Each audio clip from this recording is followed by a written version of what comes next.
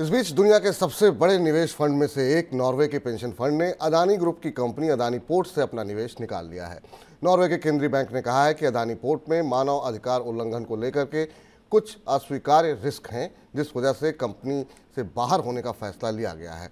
Norway का pension fund दुनिया के सबसे बड़े निवेश फंड में से एक है। दुनिया भर में जितनी लिस्टेड कंपनियां हैं उन सभी की मार्केट कैप को अगर मिला लिया जाए तो इस फंड का कुल निवेश उस मार्केट का करीब 1.5% है। इस फंड ने दुनिया भर में करीब 9,000 लिस्टेड कंपनियों में निवेश किया हुआ है। इतने बड़े निवेशक का अदानी ग्रुप की कंपनी से बाहर आना कंपनी के लिए एक बड़ा झटका हो सकता है। सर, एग्जिट की वजह क्या लग रही है? जो फंड की तरफ से कहा गया वही लग रहा है या कुछ और कारण भी आपको लगता है? नहीं, वजह यही लग रही है। और लंबे समय बाद हिंडनबर्ग की रिपोर्ट के बाद तमाम जांच पड़ताल और भारत की अदालतों और रेगुलेटर से एक तरह से चीजें ठंडी हो जाने के बाद अब नॉर्वे के पेंशन फंड ने अडानी समूह से एग्जिट किया है। सबसे बड़ी बात इसमें यह है कि एसएचजी को लेकर खासतौर से जो कम्युनिटी गाइडलाइंस हैं, ट्रांसपेरेंसी है, इसे लेकर यूरोप के निवेशक खासे सतर्क हैं और खासे आग्रही हैं। हमने किस तरह से इकोनॉमिका में इस पर चर्चा की थी, उसका लिंक डिस्क्रिप्शन बॉक्स में मिलेगा, जहां हमने अडानी समूह की सबसे बड़ी चुनौती बताई थी कि अडानी समूह के कामकाज की ट्रांसपेरेंसी का सवाल यूरोप के निवेशकों के दिमाग में हमेशा रहता है।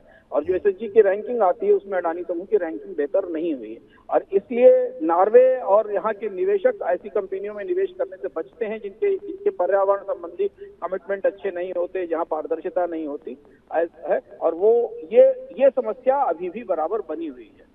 जी, इस बीच बॉन्ड बायबैक की दूसरी किस्त में रिजर्व बैंक ने जितनी राशि के बॉन्ड के बायबैक का लक्ष्य रखा था उसके मुकाबले सिर्फ 3.44% का ही बायबैक हो सका।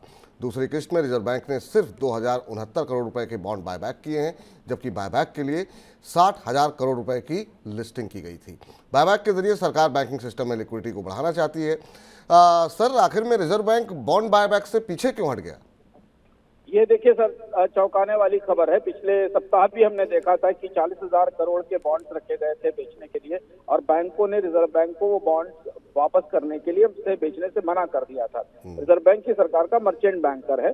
सरकार बॉन्ड बायबैक इसलिए करना चाहती है कि बाजार में शॉर्ट टर्म लिक्विडिटी के लिए बैंकों को पैसा दिया जा सके। बॉन्ड बायबैक का मतलब है कि सरकार अपना कर्ज जो उसने बैंकों से ले रखा है उसे समय से पहले चुका देना चाहती है। लेकिन बॉन्ड की जो कीमत ऑफर की जा रही है, जो प्राइस ऑफर की जा रही है बैंकों को, वो बैंक उसे मानने को तैयार नहीं है।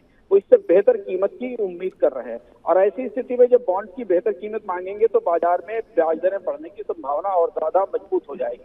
रिजर्व बैंक को पहले ही ऑक्शन में इस बात का एहसास हो गया कि ये स्कीम चलेगी नहीं। यानी बैंक आरबीआई को अभी ज्यादा सरकार को ये बॉन्ड्स वापस करने को तैयार नहीं है क्योंकि उन्हें बेहतर रिटर्न की उम्मीद है और इसलिए ये जो ऑक्शन 60,000 करोड़ का था वो काफी कम रह गया है। ये ऐसी पहल हुई थी जो कि कई साल बाद हुई थी। ये पहल अब तो असफल होती दिखाई दे रही है। इसका जो तात्कालिक असर वो ये होगा कि इसके बाद सरकार शायद ही नई ट्रांच जारी करे, क्योंकि 1 लाख करोड़ रुपए के बॉन्ड डाले गए थे जिसमें से बहुत कम बॉन्ड बिके हैं। अब आरबीआई को बाजार में लिक्विडिटी मैनेज करने के लिए कुछ न कोई दखल देना पड़ेगा। क्या इससे ये भी संकेत मिल रहे हैं कि अभी ब्याज दरें लंबे समय तक ऊंची बनी रहेंगी? सर, हाँ, ये संभावना तो जायज ही है और इसीलिए लिक्विडिटी का चैलेंज दिखाई दे रहा है। आरबीआई भी अब तो महंगाई के नए दौर आ गए हैं, खाद्य महंगाई वापस आ गई है। कोर इन्फ्लेशन पर हमने कल विस्तार से चर्चा की थी, कोर इन्फ्लेशन भी वापस लौटने लगी है। तो ब्याज दरों में कमी की कोई बड़ी गुंजाइश आने वाले महीनों में नहीं दिखती। सितंबर अक्टूबर तक तो कतई नहीं दिखती है। तो इसलिए भी बैंक जो है वो अपनी रणनीतियों को थोड़ा संभाल कर बना रहे हैं और वो भी ये कोशिश कर रहे हैं। बैंकों पर भी खासे दबाव है उनकी बैलेंस शीट के ऊपर, उनके डिपॉजिट सेट्स काफी हाई हैं और क्रेडिट ऑफटेक कम हो रहा है। ऐसी स्थिति में उनके जो ट्रेजरी ऑपरेशन है, उनके जो बॉन्ड ऑपरेशन है, उससे ही उन्हें प्रॉफिट के लिए सबसे ज्यादा या अपनी बैलेंस शीट को मेंटेन रखने के लिए उन्हें ट्रेजरी ऑपरेशन पे ज्यादा फोकस करना पड़ेगा।